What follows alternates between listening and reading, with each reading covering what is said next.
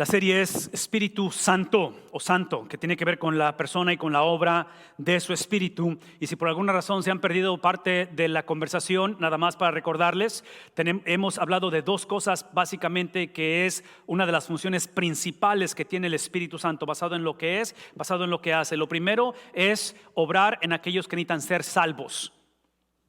Si no sabes si eres salvo, probablemente no lo eres, porque una persona que es salva sabe cuando es salvo, ¿ok? Así es que no estamos juzgando a nadie, simplemente estamos diciendo que el Espíritu es aquel que hace la obra de salvación en la persona. Esto se traduce, y quiero nada más mencionarlo así como un paréntesis, se traduce, o esa es la experiencia de ser sellado por el Espíritu. En la antigüedad, cuando un rey mandaba un edicto, al final del edicto, del mandato, de lo que estaban por llevar a cabo, el rey con su anillo de la realeza lo ponía en wax. ¿Qué es el wax? La cera. Y ponía el sello del anillo en el documento. Y cuando el sello estaba puesto, decimos en inglés, done deal. No era para negociarse, no era para aproximarse, así va a suceder. Es el componente de la salvación. Es un sello que su Espíritu sella el corazón del hombre. Pablo dice en Romanos que ni lo alto ni lo profundo, ni lo presente ni lo porvenir, ¿qué dice? ¿De qué nos va a separar? Del sello del amor de Dios, ¿no es cierto? Entonces la seguridad, la certeza de la salvación es la obra del Espíritu Santo. El reto ahora es cómo le hacemos para que ese sello ahora se manifieste en un estilo de vida. Y el estilo de vida tiene que ver no con el sello, vean tantito, ya sellados ya estamos, los que somos cristianos. Ahora se trata de su llenura, de ser lleno de su Espíritu. ¿Qué es la implicación? Que son dos experiencias diferentes, el ser sellado y el ser llenado. Esa sucede una sola vez en la vida, es la experiencia de su Espíritu. Esa sucede constantemente, diariamente en la vida, y eso también es obra de su Espíritu. El ejemplo que he usado a través del tiempo es el libro de Apocalipsis. El libro de Apocalipsis capítulo 3 versículo 20. ¿Recuerdan esa experiencia de Juan hablando a las iglesias? Que dice: yo estoy ¿y estoy qué haciendo? Estoy llamando no para sellarte, porque está hablando a las iglesias, son cristianos, ¿verdad? Aunque lo usamos evangelísticamente, no hay nada malo con ello, pero el versículo realmente no es evangelístico. El versículo está acerca de una iglesia que ya había sido sellada, pero se estaba comportando como si no estuviera sellada. Estaba batallando para conectar su conducta con su creencia, su ética con sus valores. Entonces ahí es donde encontramos la conversación a través de todo este tiempo, donde ambas condiciones, tanto sello como llenura, son experiencias del Espíritu Santo. Esta es una sola vez, esto es diario. Necesitamos ser llenos constantemente. Lo que he dicho anteriormente es que esto implica que todos sin excepción, así como cuando estacionan su carro en la casa, ahí en la cochera o en la entrada, y cuando lo quitan se dan cuenta que hay una manchita de aceite a veces, ¿sí? Porque está, ¿qué cosa? Está goteando, ¿verdad? Esa es la implicación. Todo cristiano gotea el Espíritu Santo, no que pierda salvación, simplemente es la influencia, el dominio. Y ahí es donde típicamente decimos: es que me salió el apellido. ¿Recuerdan eso? Que dije algo que no quise. Es simplemente porque alguien está gobernando. ¿Me explico? El pensamiento, el sentir. Entonces lo que estamos hablando aquí. Bueno, eso implica que ambos, tanto aquellos que han sido sellados, aquellos que necesitan ser sellados, aquellos que están siendo llenados, o aquellos que andamos liqueando o goteando, no importa en dónde estemos, todos sin excepción, ¿qué hemos dicho? Cumplimos. Porque Dios es soberano. Dios no está viendo nuestra situación caótica, enfermedad, divorcio, lo que sea, y Dios está, ¿qué hago con esto? No, Dios es soberano. ¿Sí me explico? Dios está en control. Eso no implica que Dios está de acuerdo con todo lo que hacemos. Y los casos que hemos mencionado es Judas y Juan. Judas no sorprendió a Jesús ni sorprendió al Padre. Es simplemente que Cristo nunca estuvo de acuerdo con lo que Judas hizo, pero aún en su rebeldía fue un instrumento ¿de quién? De Dios. Cumplió los planes de Dios. ¿Sí me explico? Obviamente que Juan también lo hizo, y todo lo que he invitado desde un principio con respecto a la soberanía de Dios, mi invitación ha sido es de que nos unamos a la agenda de Juan, no a la de Judas, porque Judas tiene un final muy triste. Entonces aquí el punto no es si vamos a cumplir los planes de Dios. Aquí el punto es de que si va a ser nuestro peregrinar algo placentero o va a ser algo trágico. En la carta de los Gálatas, que es donde estamos, la situación que está viviendo esta iglesia no es tanto una u otra. La iglesia sabe que está para cumplir los propósitos de Dios. El problema de los Gálatas, y aquí esto no lo traten de poner en Google porque no lo van a encontrar, pero lo que hice es que los Gálatas estaban mezclando los dos, estaban mezclando a Juan y a Judas, las agendas de obediencia y desobediencia, de decir, creemos en Cristo, pero le queremos agregar un poquito a Cristo, o creemos en Cristo, pero le quiero quitar ciertas cosas a Cristo porque yo soy como el asterisco. ¿Han visto con las tarjetas de crédito cuando aplican una tarjeta de crédito y abajito hay unas letras chiquititas que están dando una explicación extra acerca de lo que acaban de decir? Muchas veces así sentimos que somos, que aquí está el mandato divino, pero yo soy como la excepción porque yo soy hijo de fulano de tal, yo vengo de este contexto. Sí, eso no existe. Es lo que estaba haciendo la iglesia de los Gálatas. Por lo tanto, lo que hicieron es que en lugar de Judas y Juan, yo junté Judán. Es la mezcla de los dos. Es un cristianismo el cual, una vez más, no somos ateos, pero es Cristo y algo más. Cristo y mi contexto, Cristo y como fui educado, Cristo y ¿sí? ¿Captamos la idea? Entonces, la pregunta es, aquí está la pregunta, porque esto yo argumentaría, este es mi argumento y este es de mi cosecha, no digo que así es la Biblia, pero yo digo que esta es el estado más peligroso para el ser humano en estar. Porque el libro de Apocalipsis dice, hablando a las iglesias, otra vez Juan, dice que por cuanto no fuiste frío ni caliente, por cuanto fuiste tibio, te voy a ¿qué? En otras palabras, aquí es donde está esa tibieza. Y es el problema de la iglesia de los Gálatas, que están en esa confusión entre medias noches y buenas tardes, en que sí y que no. Sí, mientras Dios haga esto y esto y esto, pero si Dios no hace eso, entonces en esta condición es donde yo argumentaría, este es mi argumento, que cuando vemos personas que dejan la iglesia o se separan de la fe, o algunos estamos pensando en eso, algunos no sabemos dónde estamos en ello, típicamente la tragedia no es que se alejen de la iglesia o del Señor. La tragedia es que no se están alejando del Señor, se están alejando de una caricatura del Señor. Porque ni siquiera les hemos presentado el evangelio, les hemos presentado burlas del evangelio, caricaturas del evangelio. Entonces, eso es lo que está viendo Pablo en el capítulo 5 de Gálatas, donde Pablo dice, el remedio es esto. Porque, no es tanto sí o si se puede, pero porque el Espíritu nos da, ¿qué cosa? Es algo que ya te ha dado, algo que ya existe en ti, es el Espíritu. Porque otra vez, está hablando a gente que ha sido sellada. Es simplemente que están goteando la presencia de Dios. ¿Okay? Es la iglesia de los Gálatas que creen en Cristo, pero han creado su propia versión de Cristo. Por lo tanto, está diciendo, como tú has creído en Cristo y el Espíritu te ha dado vida, dice Pablo, dejemos de andar guiados por... Y yo estoy aquí creando mi propia versión, pero si pusieran la E minúscula, sería espíritus. ¿Qué es lo que estoy haciendo? Y aquí voy a decir algo controversial, pero bienvenidos a First Baptist. Esto es lo que hago típicamente todos los domingos. La manera en que yo entiendo la palabra de Dios es que aquellos que hemos sido sellados por su espíritu, nunca podremos ser poseídos por un demonio o por Satanás. El cristiano no puede ser poseído, pero el cristiano puede ser oprimido.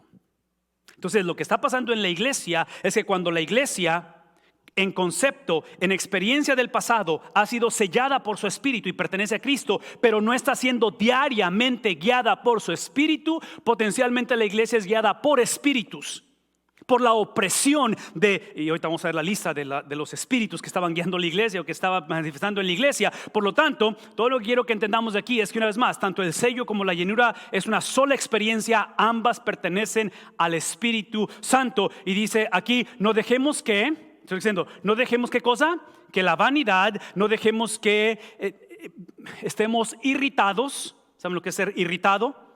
¿Sí? Esa cuestión de que tenemos la mecha muy corta. Y dice, y que estemos viviendo en envidia, ¿qué cosa? Unos con otros. Entonces, Pablo no está diciendo, ojalá ustedes como cristianos nunca sean guiados por vanidad. Ojalá como cristianos nunca se les ocurra vivir vidas que en lugar de amarse se estén nada más tolerando. Ojalá como cristianos en el hogar entre padres, hijos y abuelos y tíos no vivan con envidia. Pablo está diciendo, dejen de hacerlo. Ya lo están haciendo. Y lo están haciendo una vez más porque ustedes que ya conocen la vida de Cristo, la vida de su espíritu, trágicamente están siendo oprimidos o guiados por espíritus. No son poseídos, no, por favor, escuchen lo que estoy diciendo. No salgan de este lugar diciendo que un cristiano puede ser endemoniado. Todo lo que estoy diciendo es que estamos viviendo bajo la opresión, tal vez de experiencias, de contextos, de idiosincrasias. Y a lo mejor algunos somos oprimidos por nuestro propio carácter. por nuestro propio temperamento. Somos oprimidos a lo mejor simplemente porque hemos decidido vivir una vida insatisfecha. Siempre estamos quejándonos, siempre estamos pensando por qué yo sí y yo no. Ok, yo sabía que esto no iba a ser muy popular, pero yo solamente estoy compartiendo el mensaje. Yo no lo escribí, lo escribió Pablo. Hablen con él. Todo lo que estoy diciendo es esto. La raíz de esto, la razón de esto, aparte que es la ausencia del versículo 25, la realidad es que la iglesia estaba inundada, contaminada con falsas doctrinas y falsos maestros. Una vez más, el problema con la falsa enseñanza, falsa doctrina, escuchen esto claramente. El problema con la falsa doctrina es cuando no sabemos qué es falsa doctrina. Es un problema si hay falsa doctrina, pero es más el problema cuando no sabemos qué es falsa doctrina. El problema es que la falsa doctrina lleva una vez más a la llenura equivocada. Por eso dije hace un momento, el cristiano no puede ser poseído, pero puede ser ¿qué cosa? ¿Ya se les olvidó? Oprimido. Entonces algo está llenando la vida de la persona, del cristiano. Alguien está llenando tu vida. Para algunos es Facebook, los medios sociales, cómo me veo, ¿sí me explico? O sea, algo. Y lo que está invitando Pablo es que eventualmente entendamos que en esta vida somos el producto de una decisión. Decisiones que tomamos. Entonces, esto aparentan ser dos agentes externos: la falsa enseñanza, la falsa doctrina, las caricaturas que alguien nos presentó y nos desilusionamos del cristianismo. Tal vez puede ser de que hoy en día Cristo se ha convertido en en inglés decimos cosmic butler, en mi sirviente cósmico, pero al final es una, ¿qué cosa? Es una decisión. Y Pablo está diciendo, no más de ello, porque lo que ha causado eso, ha causado una iglesia llena de ¿qué cosa? Primero yo, después y al último. Trágicamente es lo que está diciendo Pablo que es la iglesia, el matrimonio, los hijos. Trágicamente es una iglesia en la cual todos irritados, en lugar de amarnos, ¿qué es lo que hemos hecho? No tanto que nos odiamos, pero nada más nos toleramos. Ese no es el mandato de la Biblia. La Biblia enseña que tenemos que amarnos unos a otros, no tolerarnos unos a otros. Y el último es que a raíz de esas falsas doctrinas, a raíz de ser llenos o llenados de algo más y de decisiones equivocadas, es que estamos viviendo vidas inconformes, siempre criticando a alguien más. La clásica es ver la paja en el ojo de el hermano en lugar de ver la viga en el propio. Bueno, Pablo dice, ok, esto es lo que causa, vean lo que causa. Por eso es que ahora con la autoridad apostólica que ustedes como iglesia cuestionan, los Gálatas no creían que Pablo era apóstol, ¿no? Porque no caminó con Jesús, se lo encontró en el camino a Damasco, capítulo 9 de Hechos, pero no fue parte de los 12. La otra cosa es que, y este es obvio y suena chistoso, no aceptaban la autoridad de Pablo porque los Gálatas decían, este cuate trae un mensaje diferente al de nosotros. Porque el de nosotros no era tanto Judas o Juan, ¿qué dijimos? Era un casamiento de los dos. Ellos querían negociar lo no negociable. Y por eso Pablo les dice, hey, les hablo con la autoridad de la cual dice hermanos. Y esto obviamente que era un problema serio, porque yo tendría un poquito más de paciencia con la iglesia hace 2000 años si esto de vanidad, irritarse y envidia fuera de los no cristianos. El problema es que estos son la iglesia en Galacia. Son cristianos, ese es un problema serio. Por lo tanto dice, hermanos, dice, porque ustedes han sido llamados a hacer ¿qué cosa?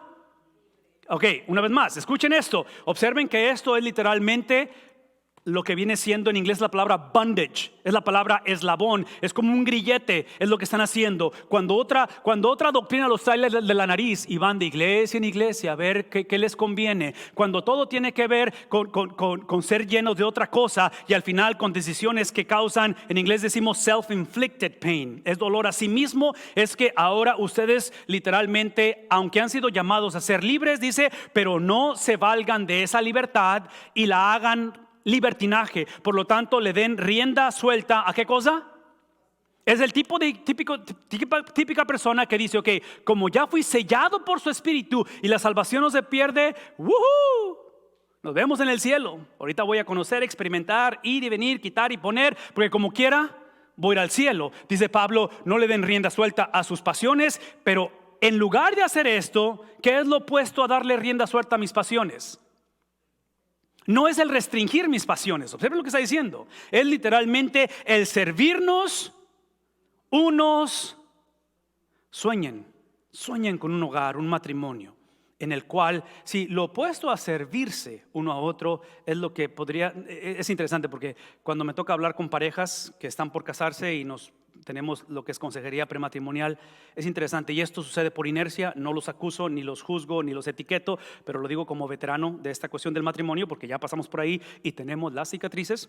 Es de que en el tiempo en que estábamos comprometidos, cuando estábamos comprometidos y soñábamos con casarnos, es lo que teníamos: sueños, ilusiones, 2 carros, una casa, 3.2 bebés y todo eso. No sé cómo puedes tener 3.2 bebés, pero es lo que dicen las estadísticas. En fin, todo eso lo sueñas. Tan pronto pasas por el pasillo, tan pronto te pones el anillo y dices I do, en la enfermedad, en la salud, en la pobreza, en la riqueza. Y nos hacemos ese juramento. Todos los sueños pasan a ser obligaciones. Es que tú dijiste, tú prometiste, tú me dijiste que tu mamá nunca iba. Algo sucede, hay un switch que cambia en ello. Y es lo que está diciendo aquí. En lugar de servirnos unos a otros, el otro lado de la moneda no está diciendo de que simplemente seamos o monedita de oro o seamos un tapete, un trapeador que nos hacen como quiere el cónyuge o otras personas. Está diciendo que el antídoto a el estar viviendo en libertinaje es tener los parámetros de una vida de servicio, de la cual, observen esto, en efecto, toda la ley se resume en un solo mandamiento. ¿Qué es el punto? Véanme tantito. El punto es que esta generación, esas iglesias no estaban en contra de la ley. No estaban en contra de la ley. Simplemente que la ley simplemente era el principio de la jornada, no la meta de la jornada. La ley no fue dada para ser cumplida. La ley fue dada para que nos ayudara a entender quién la iba a cumplir. La ley no cambia, la ley siempre es la ley. Dios no cambia su parecer. Dios no nos ve y dice, ustedes son la excepción, bueno, déjenme cambiarle, voy a borrar esto y a poner otra cosa en Facebook porque eso no funcionó. La ley es la misma, simplemente que la ley existió para llevarnos a la encarnación o el cumplimiento de la ley. Y ellos, su problema es que habían hecho de la ley, ¿qué cosa? Un ídolo. De la ley algo inmovible. Y dice el apóstol Pablo que amen a su prójimo como... Ese es el punto de la ley, esa es la razón. Es obvio que esta cuestión de amor, hay un judío llamado Jesús que lo va a redefinir, ¿verdad? Esa cuestión de amor, hablemos de eso más de rato. Por lo tanto, dice, si siguen mordiéndose y devorándose, tengan cuidado, no sea que acaben por destruirse unos a otros. Y ahí es donde yo me pregunto y digo, ok, esto parece ser el diario de muchos de nosotros, mi historia. Esta es la razón por qué antes iba a la iglesia, ya no voy a la iglesia, porque eso es lo que encontré. Esta es la razón por qué no creo en un matrimonio. Vi a mis papás y a mis abuelos y no, gracias, es un drama. Y muchos pensamos en esto, pero observen lo que dice el apóstol Pablo. El apóstol Pablo ya nos mostró la situación, ahora nos va a mostrar en cómo lidiar con ello.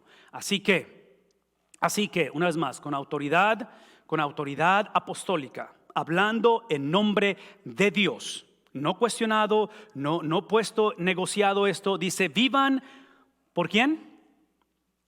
En otras palabras, ya han sido sellados, ahora simplemente actúen como tal. Yo sé que goteamos la llenura de su espíritu, pero dice él, vivan por el espíritu y por lo tanto no seguirán. En otras palabras, no está diciendo que ojalá nunca sigan los deseos de la carne, ojalá nunca hagan cosas que sean autodestructivas. Todo lo que está diciendo el apóstol Pablo es esto: personas cristianos, iglesias, matrimonios que estamos viviendo y siguiendo lo que no ha sido completamente removido. Sí, la naturaleza pecaminosa va a ser completamente, totalmente removida en la segunda venida de Cristo. Mientras estamos en esta vida, esto va a ser nuestra realidad. Simplemente, que dice el apóstol Pablo, esta realidad de los deseos de la naturaleza pecaminosa salen a flote y empiezan a controlar la vida de la iglesia. No porque la iglesia sea mala, tenga malas costumbres y todo eso, es porque no están viviendo por medio de ¿quién? Una vez más, escuchen esto. Si la iglesia, si el hogar, si la persona no está viviendo por el Espíritu, está viviendo por ¿qué cosa? Espíritus. Ya dijimos eso, ¿verdad? No podemos ser poseídos por Satanás, pero podemos ser ¿qué cosa? Oprimidos por Satanás. Entonces, mi invitación como padre, como soltero, como casado otra vez, esta es mi invitación. Es de que entendamos que la meta no es simplemente evadir la posesión de Satanás. La meta es no vivir bajo la opresión de Satanás. La meta es vivir la libertad que nos da su espíritu, en la cual se refleja en que no seguimos, ¿qué cosa? Los deseos pecaminosos de la carne. Todo lo que quiero que se lleven esta mañana y que piensen ahí en sus notas, si es que están tomando notas, es que la libertad o la vida en el espíritu es aquella, irónicamente, que nos da ¿qué cosa? Si piensan en Génesis, en el libro de Génesis, Dios sopla y hace del polvo un ser viviente y lo pone como la corona de la creación, de tal manera que lo pone a sojuzgar, lo pone a reinar, a administrar ¿qué cosa? La creación. Trágicamente, aquel que le fue dado dominio, que es el hombre, que es Adán, trágicamente, él quiso dominio sin la sumisión a Dios. En otras palabras, el dominio o autoridad absoluta solamente le pertenece a Dios. El gobierno tiene dominio, la iglesia tiene autoridad, los padres tenemos todo eso, pero nadie lo tiene absoluto, solamente Dios. Eso implica que nuestro dominio, como fue el de Adán, al principio es un dominio limitado. El ejemplo supremo de eso es Satanás. Satanás quiso ser como Dios mismo, instó a Adán y Eva a ser como Dios mismo. Entonces, cuando estamos hablando acerca de este contexto de vivir por el Espíritu, en lugar de vivir por espíritus, lo que está diciendo es que seamos la generación que retomemos el dominio en la vida en la medida en que nos sometemos. Traducción: varones. Comercial, varones. Una de las cosas que a los varones nos cae muy mal, y es como que si no, bueno, los que tienen, les jalaran el pelo acá atrás, así algo es cuando se nos falta el respeto. Y yo estoy consciente que muchos varones no nos merecemos ser respetados, es otra conversación para otro día. Todo lo que estoy diciendo es esto, es de que si mi función en el hogar, función, es la cuestión de tener una vida de protección, de provisión, soy el proveedor, soy el protector, y no que la mujer sea menos. Por eso estoy diciendo función, ¿ok? Así es que no me escriban, no me manden emails, ni quiero escuchar del feminismo. Todo lo que estoy diciendo es que en cuestión de función, no de esencia, de función, el hombre tiene un lugar especial en cuestión de dominio, es la cabeza del hogar. Pero observen que Efesios narra ese dominio en el contexto de ¿qué?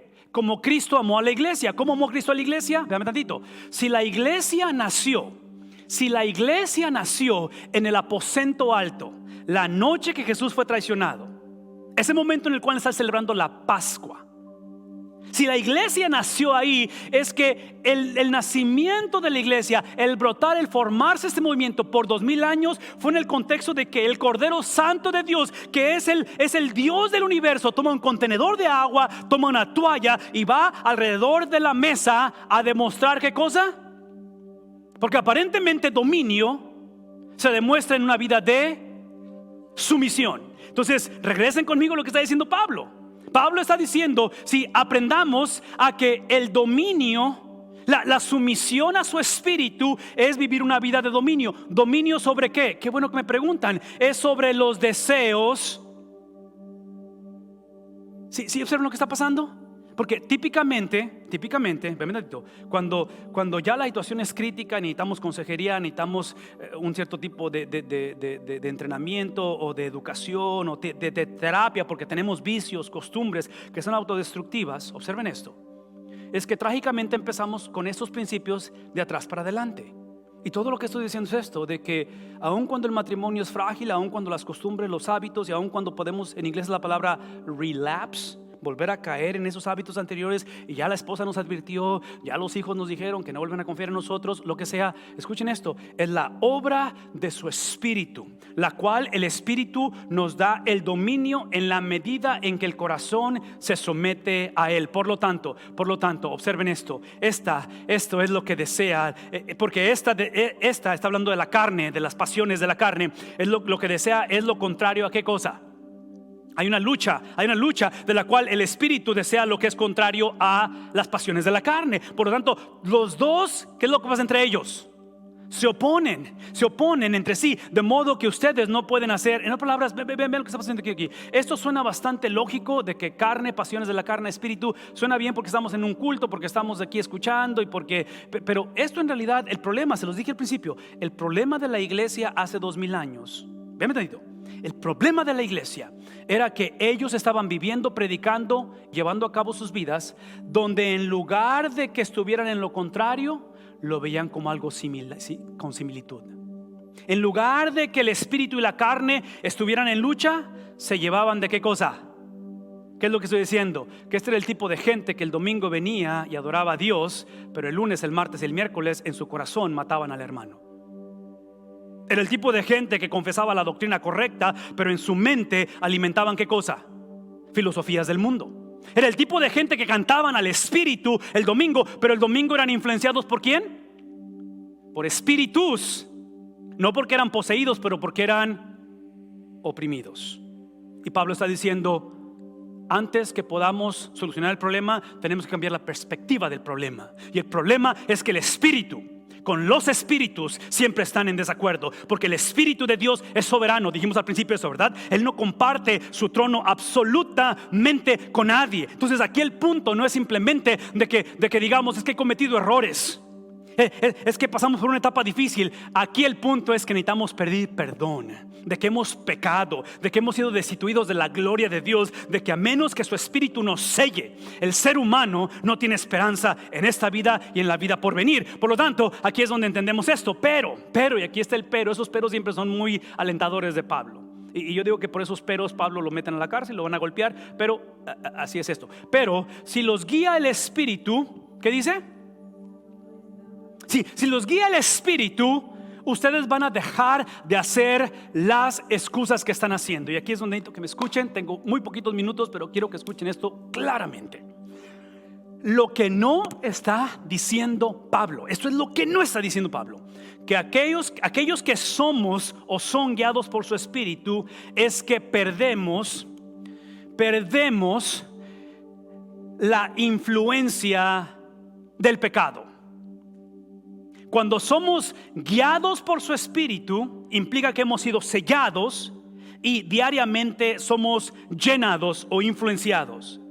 Y eso implica que en la llenura y en el sello de su espíritu, el pecado perdió su autoridad legal sobre mí, porque legalmente yo pertenecía a Satanás. Legalmente no le pertenezco, pero eso no implica que no haya en mí todavía tendencia al pecado. Todo lo que está diciendo Pablo es que aquellos que somos llenos de su espíritu, somos guiados por su espíritu, por lo tanto encontramos conflicto entre el espíritu de Dios y los espíritus, son aquellos que su pecado no se hace, ¿qué cosa? ¿Qué estoy diciendo?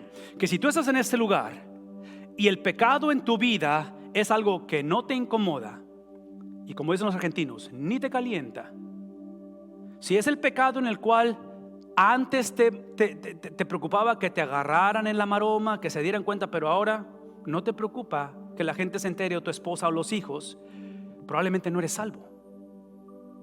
Y eso suena un poquito difícil de procesar, porque vas a decir: ¿quién eres tú para decirme que soy salvo? Y tienes razón, yo no soy absolutamente nadie. Pero todo lo que estoy diciendo es que a la luz de la Biblia, el cristiano no puede hacer el pecado algo normativo. Todo lo que estoy diciendo es que como cristianos no somos llamados a evadir el pecado. Somos llamados a la intencionalidad de caminar, de pensar, de sentir, de hablar, de procesar, de reaccionar como Cristo lo hizo por ¿cuántos años? 33 años. Y esta es la razón, que se lo repito domingo tras domingo. Esta es la razón por qué Cristo no pudo haber nacido dígalo, un jueves, muerto un viernes y resucitado en otras palabras, yo necesito los 33 años de vida sobre la faz de la tierra de Cristo, porque como la meta no es evadir pecado, la meta no es evadir el infierno, la meta no es evadir cáncer o enfermedad o muerte, la meta es que no importa lo que suceda, no importa si mis años son 20, 40, 80 sobre la faz de la tierra, mi pasión, mi urgencia, mi despertar, mi respirar, mi hablar, mi sentir, mi confrontar, mi navegar la vida es basado en una inclinación, en una intencionalidad. ¿A qué cosa? A los 33 años de la vida de Cristo. Y es ahí donde el apóstol Pablo recuerda o no recuerda de que las obras de la naturaleza pecaminosa son aquellas que, ¿qué dice Pablo? En otras palabras, observen esto. Cuando entiendo que el pecado no puede ser tolerado, cuando yo sé que no podemos seguir viviendo juntos, tenemos que casarnos. Cuando yo entiendo que no puedo seguir haciendo excusas de mis hijos, tengo que llamar a cuentas mi hogar, la iglesia, el gobierno, el mundo. Yo sé que el precio a pagar va a ser disyuntivas, de que a lo mejor va a haber conflicto, pero observen esto: la similitud a Cristo es modelada, creada, formada a través del sufrimiento. Es entonces que ahora lo primero que sucede es que no es tanto de que tenga control de la televisión. Ok, here we go. No tenga control del pecado, pero ahora, observen esto, ahora estoy de acuerdo con lo que Cristo dijo del pecado. Por eso Pablo dice, las obras de la naturaleza pecaminosa, ¿qué dice? Son obvias. Sí, el problema de la iglesia hace 2 años y el problema de la iglesia hoy es que no es obvio lo que debe de ser obvio. Y hoy en día le llamamos, a esta lista que estoy por leer, le llamamos ¿qué cosa? Errores, deslices, es la etapa. Fue mi adolescencia, fue la juventud y la clásica. Todos lo hacen. Pablo dice, hey, ¿qué es obvio? La inmoralidad sexual. ¿Qué es obvio? La impureza y el ¿qué cosa? Y el libertinaje. ¿Qué es obvio? Es obvio que la idolatría, la brujería. Es obvio que Cristo va a rechazar ¿qué cosa? El odio, la discordia, los celos, los arrebatos de ira, la rivalidad o la envidia, disensiones, sectarismos. Entonces, aparentemente, si no cambia nuestra definición, no va a cambiar nuestra actitud. Si no cambia la manera en que percibimos las cosas, no cambiará la manera en que navegamos eso. La envidia, las borracheras, las orgías y ¿qué cosa? Y otras cosas parecidas. Una vez más, Pablo no está demandando perfección de la iglesia. Pablo está demandando que la iglesia adopte la vida del que fue perfecto. Una vez más, Pablo no está demandando perfección de la iglesia.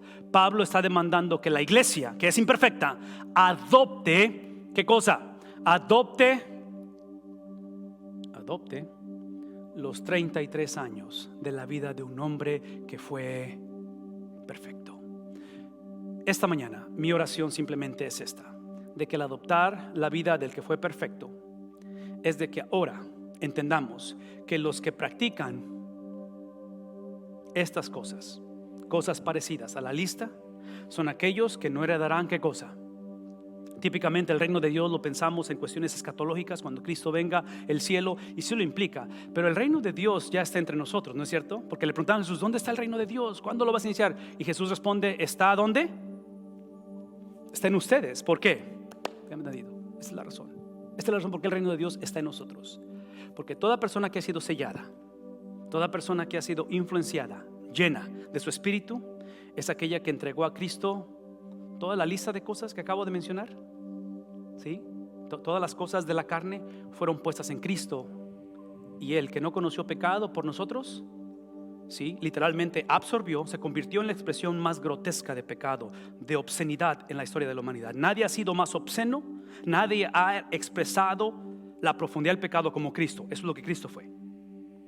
Porque eso es lo que éramos nosotros, y se lo entregamos a Él. Él colectó todo eso y lo absorbió. Pero ese domingo en la mañana, así como le entregamos nuestro pecado, Él nos entregó 33 años de vida de perfección, lo cual es el reino de Dios. ¿Qué es lo que estoy diciendo? Que en tu vida, en mi vida, como cristianos, mora la perfección de Cristo. Medio de nosotros no somos hombres ni mujeres que basados en la lista ahora simplemente hemos sido perdonados. Ahora cuando Dios nos ve, porque el reino de Dios ya está en mí, porque su perfección, su justicia ha sido puesta, la palabra en inglés es imputed, está dada a mí. Es que ahora cuando Cristo me ve, no me ve simplemente como alguien perdonado, me ve como alguien que nunca cometió tales cosas. Eso es lo que somos ante la presencia de nuestro Dios.